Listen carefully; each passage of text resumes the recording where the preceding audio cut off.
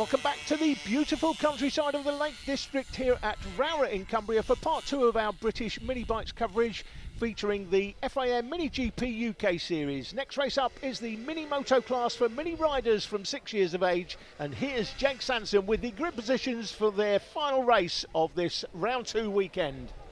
And it's getting a little bit cloudier as well, which means that the conditions will be slightly cooler for our Minimoto rookies. Tommy Williams and Emilio Pereira back on the front row again from Saxelby and Stiles, Dilks and Carter, Freddie Taylor, Jerry Adasic, James Dermott and Henry Cooper rounding out the top 10. And then we've got Charlie Bunn and Oscar Rowland hoping to do battle as they continue their exploratory racing around Rowrah. Wait for the lights. We're racing at Rowrah, and it's a cracking start from the front, no problems at all. But look who's charging forward. Brilliant start on the 57 bike. Saxelby bags himself the lead.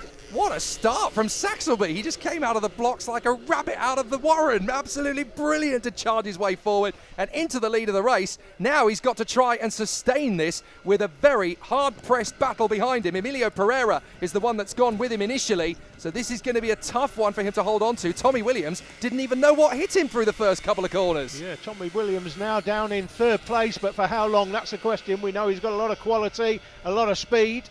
He's in 3rd at the moment, but I don't expect that to stay like that. You've got to remember that this sport is a lot about momentum. That bullet out of the gun start from Saxelby, that will really kick him on in terms of confidence, and this could actually be a very sustained ride for him out in front. Freddie Taylor currently chasing down Randy Carter as they work their way forward. Here comes the challenge from Williams. Not going to wait around on Pereira.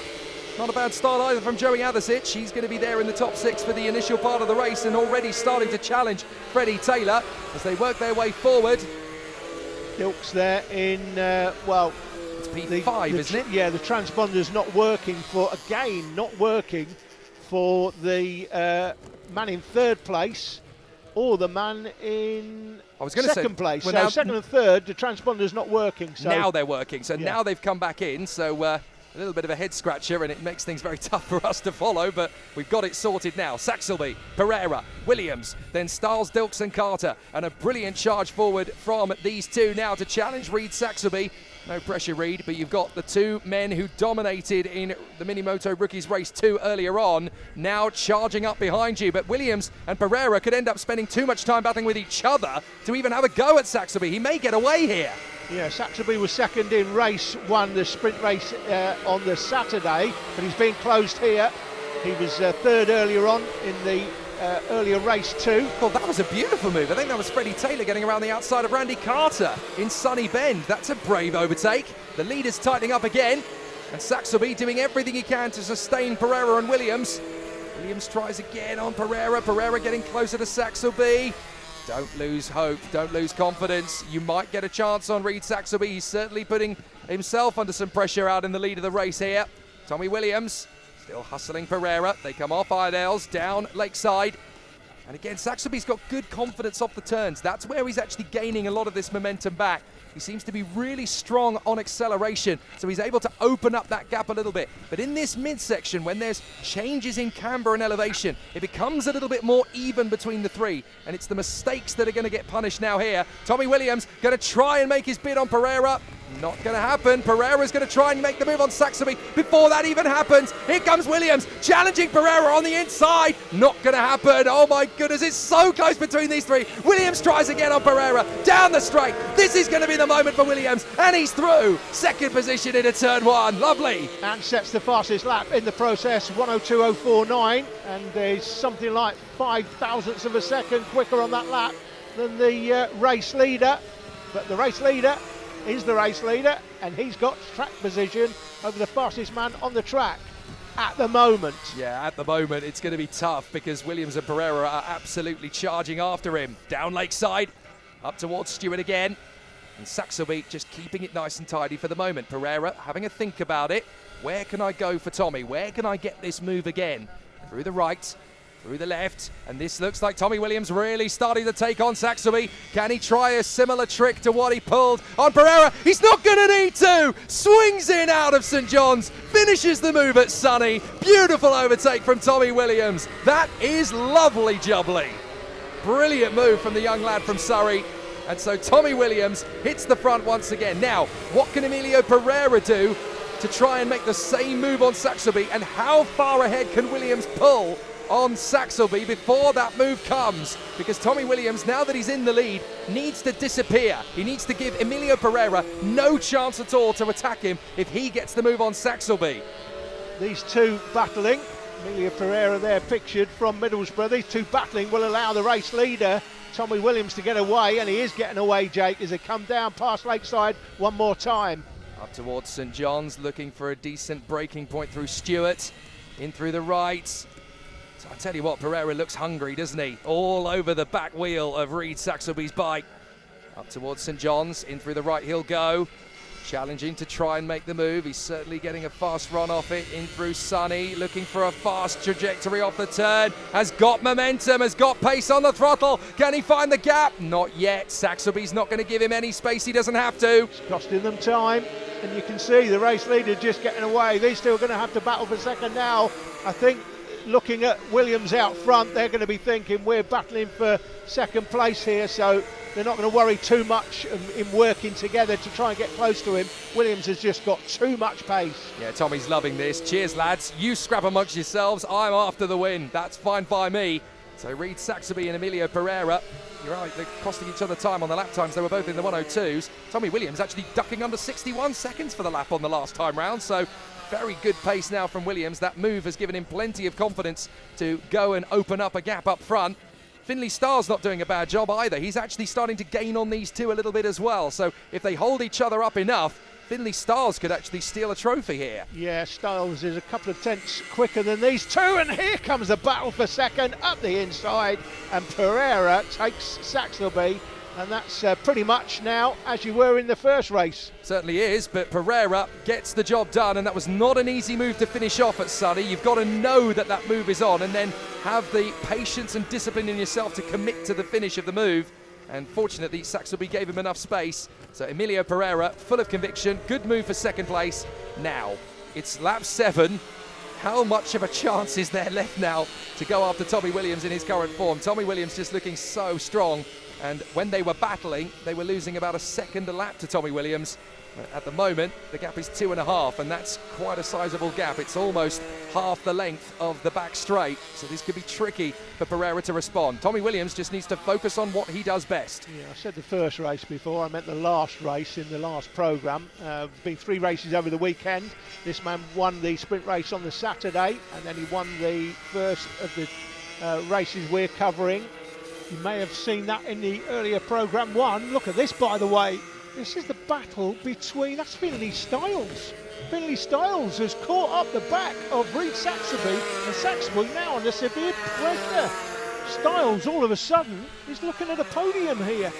I thought that was the battle between Dilks and Carter. It's not. That's actually Finley Styles. He's eaten up the road to Reed Saxelby. Amazing. Yeah, incredible. We did say that these two battling would allow potentially Styles, who was a couple of tenths quicker than the two in front of him, to catch up, and he's in fact done exactly that. Well, Finley Styles has got nothing to lose at this phase of the race. We go a little bit further through, and he's actually made the move, so he's got into 3rd position. This is further back for 8th position. Henry Cooper trying to hold on in front of James Dermott and Charlie Bunn, and that's a lovely move from the race leader. Williams just working his way up the inside of Dermott. Now going to take on Cooper. Cooper sees him there, not going to cause him any headaches. Thanks, Tommy. You go. Yeah, so it's how you deal with the traffic when you're the race leader, particularly. In fact, when you're in any position, if you're in any battle and you come across a back marker, it's how you deal with them that can determine the outcome of the race. And that was a good performance there by Tommy Williams. Just made his way past, didn't take any unnecessary risks. And now he's got these two between himself and the man in second. And this may be the road to MotoGP, but of course, dealing with traffic as we go into the last lap, dealing with traffic is actually something that could come in handy later on, especially if they start racing in the Endurance World Championship. We've seen plenty of great races in the past. The 24 Hours of Le Mans for bikes, a very important race in the motorcycle calendar. So being able to deal with traffic is quite an important tool to have in your arsenal. There is Tommy Williams into the last lap, having a wonderful ride of it. Emilio Pereira and Finley Styles trying to work their way through the traffic that Tommy Williams has only recently dealt with. This is Tommy's weekend, isn't it? He's just had such a superb ride in the last 2 races. And this is where Tommy Williams has just made Rowrah his own little playground. It's been a fantastic ride from him all the way through. He's never really looked out of sorts at any point. So this is definitely coming to him. As far as Cumbria is concerned, Tommy Williams is the king. Austin Dilks set his fastest lap on the last tour. He's down there in 5th place. We saw a quick image of him on screen, but nothing more than that. He's had a pretty lonely battle, as has indeed in the end Tommy Williams, who wins comfortably from Emilio Pereira there in 2nd place. It's going to be, he's from Middlesbrough, the man from Alloa in Scotland is Finlay Stiles. He comes through there in 3rd place. Superb ride from Finlay Stiles under massive pressure. Reid Saxelby coming home in 4th place. He can be happy with the way he's performed today. There's Charlie Bunn, the young man from Southam in Warwickshire, just rounding out the top 10 there as he finishes his battle. So Tommy Williams holds off Emilio Pereira, having to fight his way through to the lead in the end.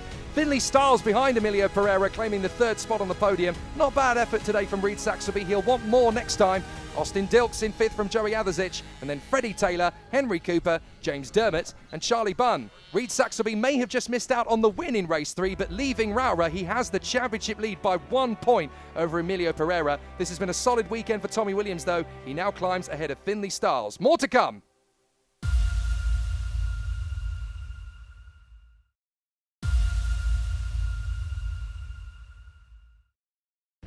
Rain hasn't hit Rowrah yet, but it's definitely looking like it might threaten to. The Ovale Cup is up next. What can Max Robinson and Caden Herring do? Leo Soliu and Sebastian Gass on the 2nd row.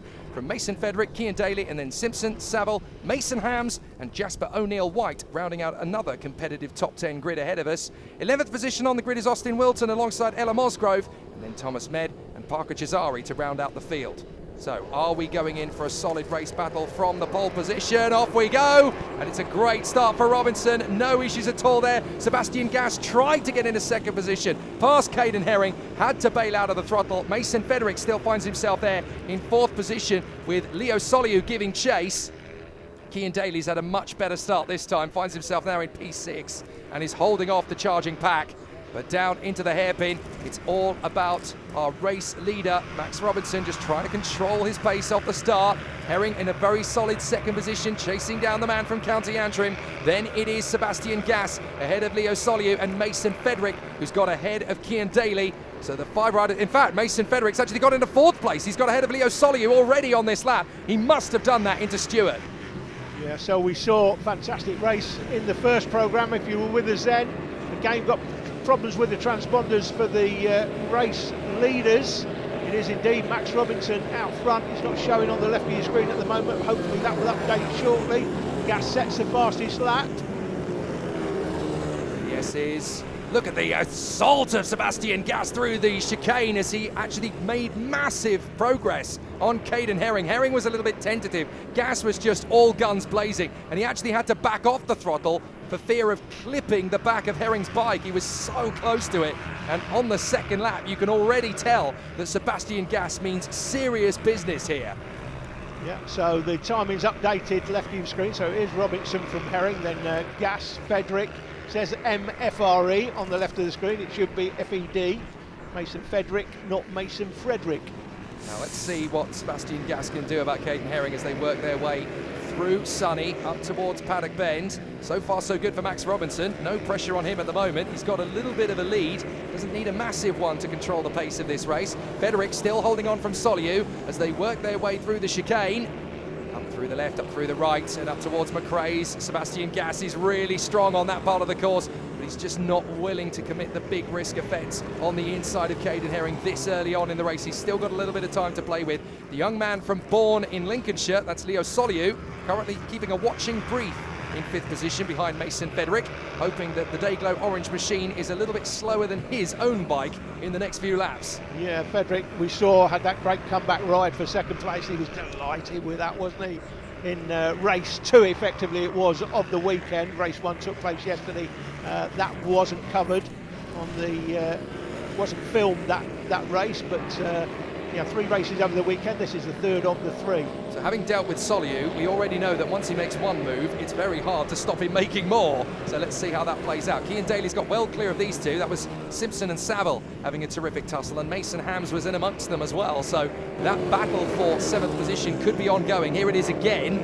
You can see that at the moment Simpson has it. Further into the race, we're getting our way through the traffic, and Gas is having a decent run here, but is that Federic now through? I think that's Federic having worked his way past. Yes, indeed. So Federic is now side by side with Soliu. They've both dealt with Caden Herring, but it's going to be who breaks latest through Stewart. Mason Federic. Goodness me, that was brave. He left his braking as late as humanly possible to hold off the charge of Leo Soliu. And Soliu almost lost out to Caden Herring as a result. That was a proper concertina effect out of the turn, wasn't it? A chain reaction that very nearly ended up going against Leo Soliu. Caden Herring has got to go back to the drawing board in 5th place. Yeah, great race again. Federic doing it all over like he did in the first race. Not quite as far forward as he would like in this one. 3rd instead of 2nd, but great ride once more. Soliu's biting back. That's lovely on the inside line. Soliu does challenge Federic and get him back again, but Federic's not done yet. I can sense another big move coming. Straight into the hairpin at Iredale's. Late on the brakes from Soliu. That was tough to hold on to, and he has absolutely held his nerve there in 3rd position. Federic was coming at him like a ton of bricks out the window, and this is very impressive from Soliu to be able to hold on to it. Fastest lap on the last lap for Sebastian Gas, 54.449 for him. But not quite the fastest lap of the race. That's Robinson currently. Well, Robinson doesn't really need to do much more than he's currently doing as he continues to control the pace of this one. Still, we've got this terrific battle. Soliu, having got ahead of Federic, is now right on the tail of Sebastian Gas. So I'm afraid if Gas is going to secure 2nd place, he's going to have to pull off some classical gas in order to hold off the charging Leo Soliu. This is going to be very tricky. Further back, we've got Simpson and Saville, who are joined at the hip, and they have been since the start of the race. The young man from Dungannon is just holding his nerve here avidly, with Harvey Saville chasing him down and hunting him. He must be spitting the exhaust fumes of Simpson's bike. Race leader coming through traffic. Again, beautiful move. Beautiful move. You can't deny Max Robinson has been on it this weekend in this class. He's racing more than this class and not as quick in the other class. That is the race leader picked out and goes straight past. And what a great ride. It's nip one, pearl one, drop one, curl one, isn't it? He's just so good at picking his moment. Is that Soliu ahead of Sebastian Gas?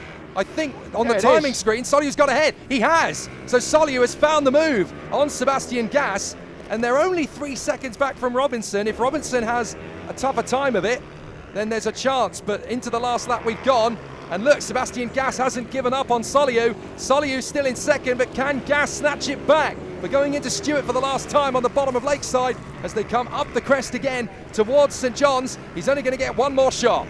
This is the race leader, right-handed through St John's, left-handed here through Sunny Bend, out towards Paddock Bend for the last time. And again, it was a comfortable victory in race 2 earlier in the last programme. It's going to be another comfortable victory here, and it is Robinson that takes it from Soliu that holds on from Sebastian Gas. They are the top 3. Just over a 1/10 of a second between Robinson and between Soliu and Gas at the line, I should say. Federic ahead of Herring and close to the line as well. A couple of the riders further back, Austin Wilton and Jasper O'Neill-White, taking their fight all the way to the checkered. Max Robinson holds off Leo Soliu, with Sebastian Gas only a 10th behind the number 36. Federic fighting well ahead of Caden Herring in 4th and 5th. Cian Daly in 6th place ahead of Leon Simpson and Harvey Saville. And then Mason Hams finishes up just ahead of Austin Wilton.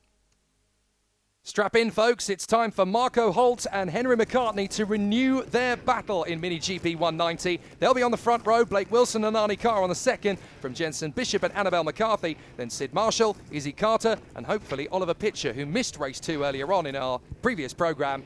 It looks to me as though we've got 9 bikes this time, though, so Oliver Pitcher will take the start. Ready to go racing. McCartney is going to challenge Marco Holt from the outset. Away we go. And it's a terrific start from McCartney. But can he overhaul? No, he can't. He couldn't quite get the wheel in front of Marco Holt's bike, so he has to hang back in second position for the time being. And it's going to be Blake Wilson that hustles them for third position as they work their way through McRae's and on the run to Iredale's. And it's going to be a perfect run for Holt as he holds on in front of McCartney and Wilson for the time being at least. They go along Lakeside, and this race is already pretty fever pitch. Wilson looks hungry. Again, transponder problem for Marco Holt's bike, but he is definitely the man leading with Henry McCartney in the black and yellow leathers. Can easily pick him out. There he is, through right-handed here, through St John's. This is the Sunny Bend, the left-hander brings you down a paddock, and it's these three, and this could be an absolute crackerjack of a race. Great start as well from Jensen Bishop, already starting to take names out there on the course as our three leaders come through. Bishop's got ahead of Arnie Carr, so that's put him into fourth position. Then it's Carr, McCarthy, so Annabelle McCarthy in front of Sid Marshall, then Izzy Carter and Oliver Pitcher. This time around, you know what? Henry McCartney's gone away and done his homework, hasn't he? He seems to already have a little bit more intensity to his riding to try and take on Marco Holt. And Blake Wilson is just there, attached by a little invisible chain. He's just coming along for the ride. And these three are absolutely nailed together. This is terrific. Now together and clearing off from the riders behind. They're being chased by Bishop, but these three, here they are from the drone. Well clear, as you can see. Bishop there just coming through St John's. Paddock Bend here, the final turn on the track. That's Bishop from Arnie Carr. They're battling, having their own little battle for fourth and fifth, but of course, anything happens, they can pick up the pieces. Already solidly below 49 seconds for the lap. That shows you the pace of this one. I think the cooler conditions have helped, actually. McCartney going very long on the brakes there to try and draw level with Marco Holt in the hope that he can get a little bit of a faster trajectory. He's going to launch in. Oh, what a bid from McCartney. Wilson's going to have a chance now as well. That was absolutely audacious. And they're three wide as Holt comes back in on the inside of McCartney and just squeezes through. That is monstrous motorcycling from these three. Fantastic race through St John's one more time. Holt, McCartney and Blake Wilson. What a great race this is boiling up to be here to come through Paddock Bend to finish another lap. There'll be 4 laps down and 10 laps to go as they go through the line. My goodness me, Henry McCartney's a brave young man. That was a very tough move to pull on Marco Holt. And we're going to see a few more of those, I'm sure. Now, further back, this is Bishop versus Carr. They're a long way back. They've lost 11 seconds to the leading trio. That's how quick the pace has been in this one. Wilson having a think about McCartney, but they've dropped back a bit from Marco Holt. A little bit of a squabble has definitely cost them some time. So now it's going to be about, can they get back on terms with Marco Holt? That's a bit of daylight between them, so that's obviously going to be a bit tricky to try and recover. But certainly for the moment, Marco Holt in front of Henry McCartney, already slicing his way through the back markers. I think Oliver Pitcher's got a real problem with that bike still. He couldn't make the start of the first race, and he just about gets out of the way of the leading trio, so definitely mechanical issues for Oliver Pitcher. This is not the kind of pace we're used to seeing from him. But Jensen Bishop and Arnie Carr are having another brilliant battle. This is for P4, just off the podium. If it gets any more dicey between the top three, one of those two could end up with some silverware.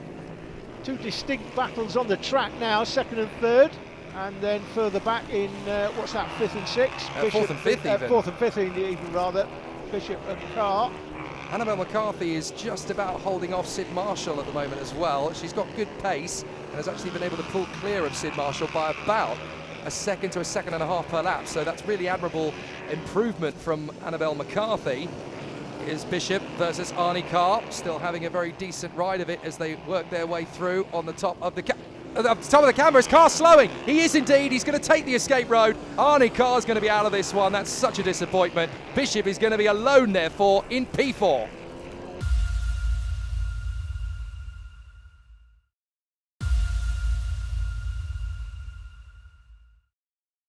Well, you couldn't have rejoined us at a better time. Marco Holt's had an issue here at Rowrah. Henry McCartney's suddenly surging his way up the inside. He's going to take the lead away from him. This race has suddenly changed hands. Holt with issues. McCartney getting back on him into the lead. And there's a danger now that Blake Wilson could take on Marco Holt. Holt had this race in the bag. Out of the side of the camera, something has happened to him. He's lost ground, he's lost the time, and suddenly McCartney has stolen the lead from him. Can he get it back? Yes, his bike seems okay now, but he's obviously had some sort of issue. We didn't see it. As they come through the right-hander at St John's, left-handed through Sunny Bend. He looks like the bike's okay now, Jake, but he's lost track position. And now looking up the inside and getting a bit frantic. And there's a sense of urgency now. He's got 2 laps to go, but if there's something not quite right with the bike, that will have dented the confidence and the faith in the machinery. He won't be quite as dictatorial in some of his moves. He's going to try again. A little bit of engine braking to try and stay on the tail of McCartney as all 3 riders work their way through the traffic once more. And it's Sid Marshall. They've just put a lap on. So this is going to be tricky as McCartney tries to stretch a little bit further away from Marco Holt. Blake Wilson is just waiting in the wings in 3rd, and for me, he's the danger man. If these 2 get a little bit too close, all Blake Wilson has to do is just hold his breath, keep it calm and patient, and he could snatch something here into Sonny. Holt not quite close enough yet. Yeah, you can tell from the body, it just looks like the body language of Holt. He's not happy at all. Something's happened. We've not seen what it was, but he's lost the lead. He's trying to get it back now. Up the inside into the chicane, and oh my word, that couldn't get any closer without contact if you tried again. And McCartney just about hanging on. This is the chance for Blake Wilson. He dives in a 2nd position. He takes on Marco Holt, and he's got that job done. Marco Holt suddenly goes from 1st to 3rd, dives back in again on Wilson. They were absolutely banging elbows as they went through the hairpin. Don't forget, Jack, if you crash, you don't score any points. So Holt, you can tell he's angry. He's definitely angry at having lost the lead, and now he's down a 3rd. And you can't allow the red mist to affect your race and cost you points. Look, just consolidate. If he can't get 2nd, don't try. Well, he's going to give it everything he's got, but he won't quite get there. Points will still win prizes at the end of the season if he can hold it together. Oh, and he's lost it! McCartney's going to take the win in front of Wilson, but Marco Holt's dropped it on the final bend. I can't believe it! And he loses all of his points. Oh my goodness! Now he can't pick the bike up, Jake. That's already illegal. It's gone. He's trying to start it. I can't believe it. The rules state you can't pick the bike up. He's now going to try and push it over the line before the man in 4th place comes through. Marco, Jensen Bishop is there on the final turn. He's running to the line to try and cross the line first. He's done it, but I'm afraid it's going to be Jensen Bishop, surely, that claims the podium. Indeed, you cannot pick the bike up off the ground in junior racing. It's a safety rule, and that's what it's there for. Effectively, he was running on a live track. You can't do that. Celebrating like he's won the championship. Yeah, good to see a bit of camaraderie amongst them. But I tell you what, there you go. McCartney from Blake Wilson, Jensen Bishop, and look at Marco Holt's down there in 8th place. You can't pick the bike up, and the bike would have to finish under its own power anyway. The rules state you crash, you're out, and you don't score any points, and that will make a big difference to the championship. Henry McCartney leads on 106, but Marco Holt has cost himself with crashing on the last lap in the last turn. 16 points. And the drama doesn't end there for Marco Holt. He's meant to be on pole position for this next Mini GP 190/70 race. He's not going to take the start, nor is Harrison Day on the 2nd row of the grid. So that's going to be Blake Wilson and Wilson Dilks alone on the front 2 rows. Scott Dermott isn't going to take the start alongside Travis Shaw either. And can you believe it? Neither is Jensen Bishop, who should be on the back row of the grid alongside Henry McCartney. So a 12-bike field becomes an 8-bike field. And this is heaven sent for Blake Wilson and Wilson Dilks. They can battle for the victory on their own. We get on the starters' orders. Wilson Dilks is taking that invitation, not waiting around, not lying down. He charges forward to take the lead in front of Blake Wilson. And look, they've already charged massively in front of the rest of the field. This is perfect for Blake Wilson, but even more so for Wilson Dilks. They're going to take plenty of time out of their opposition as the 2 riders scamper away down Lakeside. It's a great start to the race here for Wilson Dilks. He leads Blake Wilson at an absolute canter with the riders not starting. Going to sacrifice a lot of points in this one. It's perfect for Dilks and Wilson. They've just gone clean away from the rest of the chasing pack. There is Henry McCartney now up to 3rd. A rare race indeed. You don't get many races in any form of motorsport where 1/3 of the grid through a catalogue of a comedy of errors are not able to take the start for various different reasons. And it's a bit of a perfect storm on that regard, sadly. Travis Shaw, though, finds himself in 4th place as a result. David Wilton's P5 leading senior, and then Izzy Carter, John Pitcher, and Rupert White. So whatever happens, the 3 senior riders, if they make it to the finish, they'll all get the trophies because there are only 3 seniors in this one. But I think Blake Wilson doesn't really fancy finishing in 2nd place to Wilson Dilks if he can help it. Dilks, an absolute bullet from a gun off the line again. Blake Wilson has come several times close to getting a victory today. This is his best chance yet, and he's going to roll both his sleeves up and go for it. Wilson Delks with the fastest lap, of course, at the end of that first lap. He's the first across the line, 50.6. Compared to 51.3 for Blake Wilson. We'll see what he's like when they go across this time. This is that battle further back in the field for seniors. I would say that's Pitcher going for Carter, isn't it? Yeah, Easy Carter's a junior, of course. And this is really causing Pitcher a bit of a headache because he wants to get past Carter and go after David Wilton. Travis Shaw going through the picture was the 4 bike. This is the battle for the lead, and it's close. It is close. Look how much McCartney's gained on Dilks and Wilson. I think McCartney's got a rocket ship installed in that bike somewhere. It's the 4 bike, Travis Shaw, the man from Barrow in Furness. He's ploughing a lonely furrow there in 4th place, but McCartney, not a surprise to see him close the leaders, Jake. He's the fastest man, set the fastest lap in the race so far. He's going for it! Diving on the inside of Blake Wilson. Lovely manoeuvre into Sonny from Henry McCartney. Bags of confidence after his win earlier on, and so he decides, right, I'm going to make it 2 from 2, and as a result Blake Wilson's going to have to try and fight back. Now they're going to struggle here because they've got Rupert White in front of them in senior.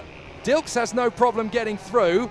They come into McRae's. Oh, lovely timing from McCartney, deals with it perfectly. Blake Wilson able to follow in as well. But McCartney has bigger fish to fry than Blake Wilson. He wants to go for Wilson Dilks in the lead. 1.2 seconds is Dilks' lead. You can see it there as they go past Lakeside into the Stewart Bend at the bottom of the circuit. Out of here, left-handed now through the kink. There's a little hump in the track as they go there. Bike goes light as they go over that. Right-handed through St John's, left-handed through Sunny Bend and out towards Paddock.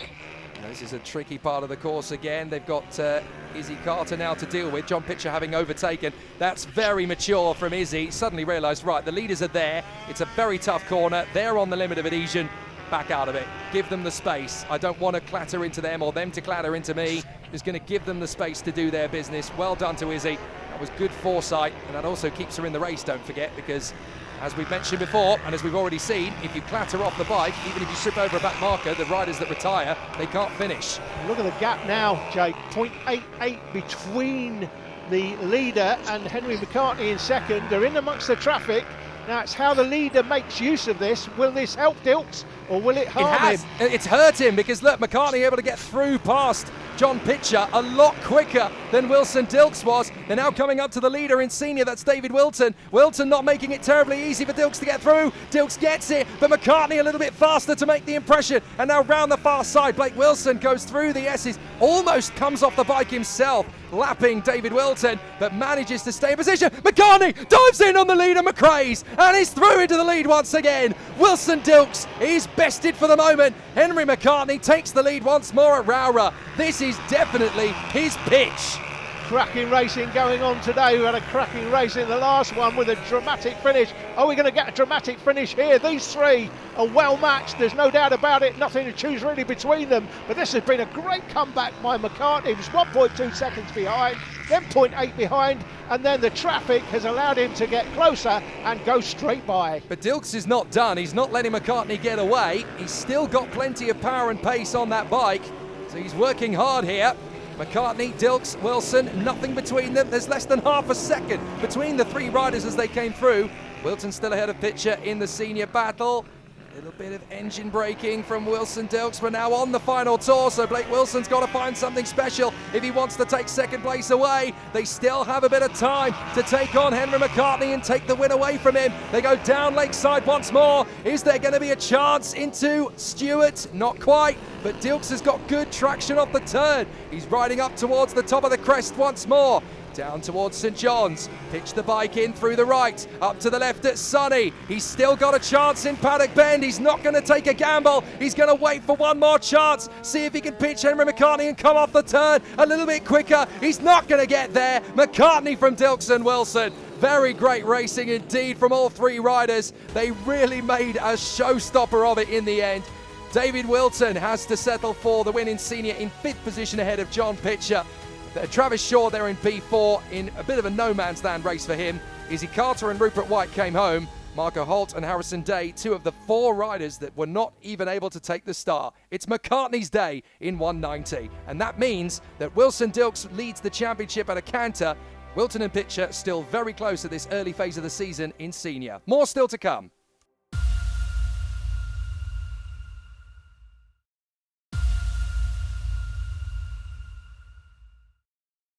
Once more here at Rowrah in Cumbria, and it's Frankie Watson on pole position for the FIM Mini-GP UK 160 Race 3, alongside Tyler Humphries on the front row, Hudson Cooper and Wilson Dilks, then Stevenson, Herring, Gleeson, Soliu, Ollie O'Gorman and Lucas King rounding out the top 10. 11th place for Max Robinson alongside Ollie Evitts, then Cooper, Hams, Harry Rafferty and Lucy Curtis.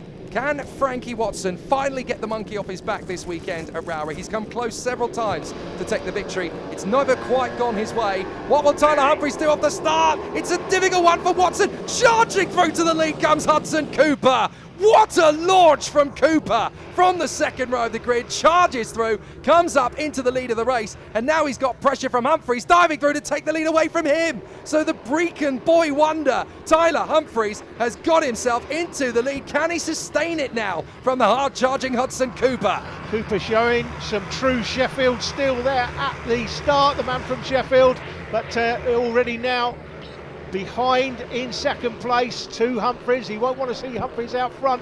That was a quick look at Frankie Watson. He got an awful start there from pole. And he got a massive twitch out of Stewart as well. That will have unsettled the bike and cost him a few tenths of a second. So Watson is very much now needing to get back to a comeback charge. But the bike will have been unsettled for a few tenths of a second. He's going straight back though, as through come the leaders. Humphries in front of Cooper, then Watson, then it's Wilson Dilks, and we've got a great battle for 5th position. That looked to me like Josh Herring trying to get a move up the inside there for P6. Our timing screen needs a bit of a thump by the look of it, because it's not currently going through at the line. But here comes Frankie Watson regardless, trying to make a bid on the inside of Hudson Cooper. Cooper just keeping so strong on that inside radius. No chance for a comeback unless you get a better exit. Down lakeside, Watson asserts himself as he makes the move there on Hudson Cooper. Not only does he get better traction off Iredale's, but he actually squeezes and compresses Cooper's line so that even if he has a chance to outbrake him, he's got no chance to counter-attack. That's genius. Yeah, he's had a frustrating day so far, hasn't he, Frankie Watson? But we know he's got a back full of quality and he's super quick, and then now he's got track position and he can chase down the race leader and base his braking on what the race leader's doing. Herring trying again for a move, this time for 5th position, having already successfully made P6 on the previous lap. We've got a nice gaggle of riders further back. That's Leo Hams again leading the midfield chase. But out in front, still Tyler Humphries. Watson has dropped Cooper for the moment. Wilson Dilks is getting hungry as well in 4th position. So this quartet have well and truly dropped the rest of the pack. But I sense that Frankie Watson has unfinished business. He's come so close so many times to a victory so far this weekend across the couple of classes that he races against. He will not want to play second fiddle this time. As we look at Wilson Dilks, the young man from Mansfield in Nottinghamshire, this is a good opportunity for him to try and snatch a podium finish in his last race of the day. Yeah, great racing again, and it's tightening up between Watson and Humphries. It's Humphries out front, still no time. Oh, look at Herring. Herring's been charging his way through. That's P5 now for Josh Herring. So he's literally picked them off one by one. Now got himself into P5. He's going to have to work quite hard to catch up with the leading 4, though. But not a bad effort at all for Josh Herring. Now looking comfortable in 5th place. That's Wilson Dilks we're looking at there. So we come out of Iredale's hairpin on the back straight down past Lakeside here, off to the left of the riders, turning into this big sweeping turn now. Usually, if this is a kart circuit we're on, obviously, and normally that's the Stewart S's, but they've just taken the S bend out effectively and made it more of a sweeping turn for the riders. And that's partly due to the ease of riding through, but it's also for safety reasons. Thank you to the timing screen. It has decided to rejoin us. Humphries now leading then from Watson. Cooper in 3rd position from Dilks. A bit further into the race, and we can see that Frankie Watson has definitely done the homework to catch up to Tyler Humphries. Can he make the bid to actually overtake him? That's a completely different matter. This battle for position is going to be tricky to negotiate. Hams, Evitts and Cooper. Is that Herring dealing with Stevenson again? It is indeed. So Dan Stevenson's found some more pace and is closed up. Chloe Gleeson doing a good ride there in 7th position ahead of Lucas King. And then we've got a great battle between Ollie Gorman and Leo Soliu just outside the bottom end of the top 10. Right, back to the front. The leaders are in the gaggle. This is how you deal with the traffic. We keep saying it, is whether you win or lose races, and the race leaders right in amongst the traffic now. Well, Tyler Humphries has been able to get clear a little bit quicker than Frankie Watson look has. At the difference. He was 0.1 behind Frankie Watson. He's now 1.4 behind. Once you get into traffic, it can win or lose your races. It's the difference in the confidence, isn't it? The more authoritarian you feel you can be trying to pick your way through those slower bikes. Humphries been able to do that just a little bit more efficiently than Frankie Watson. So the Brecon boy wonder continues his way. Excellent work. It'll be nice for him to take another decent trophy back to Scotland. And he's looked so strong in Mini GP 160 this weekend. Great to see him really hitting his stride. Towards Sunny Bend. All right, and down in St John's, Jake. It's Watson. Frankie Watson's gone! Oh my goodness! Frankie Watson chasing down the leader, Tyler Humphries, and just heading into the last lap they would have been as well. Frankie Watson's gone down. Oh, bitter disappointment for Frankie Watson. I was just about to say, Jake, the top two, I think it is, in this championship go to the World Championships. And don't forget, as we said before, if you crash, you don't score any points. That is massive. You've got to feel for Frankie Watson. Frankie Watson, starting pole. And it's been a miserable day for him, frankly. That's just rounded it right off. Yeah, very unfortunate. He deserved a lot better than that. He's been riding beautifully all weekend, and that will be a rather bitter end to Frankie Watson's challenge. Tyler Humphries, though, is going to take advantage of that. He was already in front of him, but he's going to cement it with a fabulous victory. Great ride from Tyler Humphries, who cruises over the line. The crash for Frankie Watson means that Hudson Cooper will inherit back second position. He had it earlier on, and Wilson Dilks is going to come through for third position. You can see the frustration from Cooper. He was not happy to be that far back in second place. Wilson Dilks coming through for third place, though. Silverware for him. Josh Herring, a very comfortable run in fourth place in the end in front of Dan Stevenson. Chloe Gleeson gets a top 6 finish. Lucas King in 7th from Ollie Gorman, Leo Soliu and Leo Hams. But you've got to feel sorry for poor Frankie Watson. Hopefully next time out, he'll have a better run and get some more points on the board. Tyler Humphries leads the championship at this phase, 33 points ahead of Wilson Dilks. Hudson Cooper and Frankie Watson are still in touch, and even Josh Herring has a chance to bounce back in the next round. So we continue on our journey. The sun is starting to creep out through those clouds at the end of the day. Frankie Watson could bounce back in this one. FIM Mini GP 160. Tyler Humphries alongside him on the front row. Then Cooper, Dilks, Stevenson and Herring with Chloe Gleeson and Ollie Gorman in the mix as well. At the tail end, we could have a few chargers. Leo Soliu and Max Robinson, along with Ollie Evans and Leo Hams. A couple of non-starters, but what can Frankie Watson do this time? Will he get a better launch up to the first corner? This time Frankie Watson hits the front. That more than makes up for the difficulties in the previous race. He hits the front and looks good with it. Already a little bit of pressure coming in from behind him. He's going to have pressure from Humphries and Cooper straight out of the blocks. But this time Frankie Watson will be absolutely determined. Even if he couldn't get the win in the previous class, he certainly wants to get it in 160.50. And doesn't want to fall off this time. He's got the lead, but can he hold on to it? We know that Humphries is particularly quick. That is Frankie Watson picture, the man from Haywards Heath in Sussex. It's a long journey from Sussex to Cumbria here, but he's making it pay at the moment. Can he stay there? It's going to be a tricky one. He's certainly going to have a lot of pressure from Tyler Humphries and Hudson Cooper on this lap as they work their way towards the end of it, but there's a little bit of daylight between Frankie Watson and Tyler Humphries in second position. Then it's Hudson Cooper. That looks to me like a bit of a shuffle of the deck there. Wilson Dilks trying to work his way forward. I think that's into P4 as they work their way through the chicane on the first lap. All going very well as Wilson Dilks now finds himself in fourth position. After that, that's a change in the lead. Tyler Humphries has got through. So Humphries has found the way through on Frankie Watson. We didn't see it, unfortunately. But Frankie Watson now finds himself in second position, trying to chase down our new leader, Tyler Humphries, once again.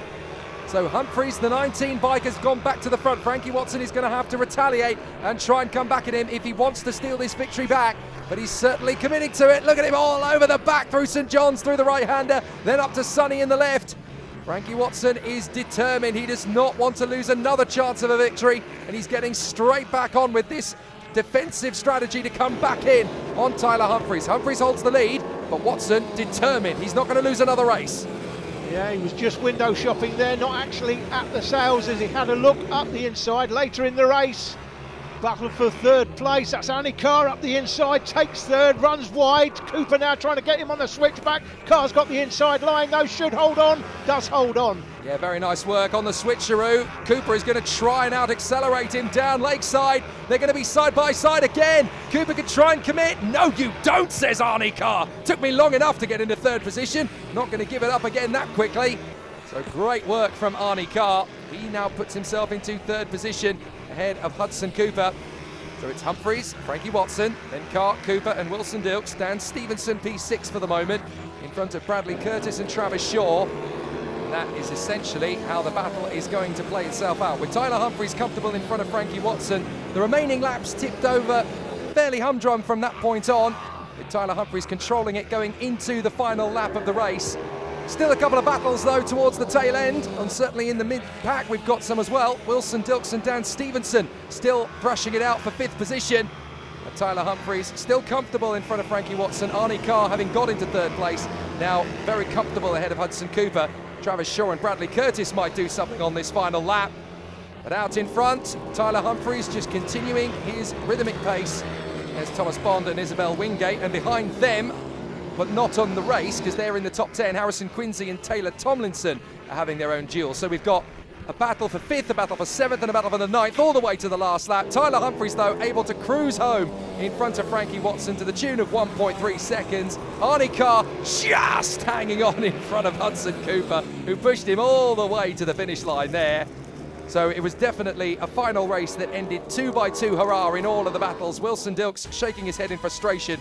Fifth was all he could get, just in front of Dan Stevenson. The battle for seventh ended in Bradley Curtis's favour ahead of Travis Shaw, and the battle for ninth finished in the favour of Harrison Quincy ahead of Taylor Tomlinson. A real race of 2-2 hurrah from the start. Tyler Humphries, though, mixing it in front of Frankie Watson. And as far as the championship battle is concerned, that obviously gives Tyler Humphries a big boost. He's now on 125. Frankie Watson just a whisker ahead of Arnie Carr, with Dan Stevenson and Travis Shaw still snapping at each other's boots. Great racing from Rowrah in Cumbria. We move on from one picturesque race circuit to another as we move to South Wales on the gorgeous Pembrey circuit in a few weeks' time. Join us then for more British mini bikes action.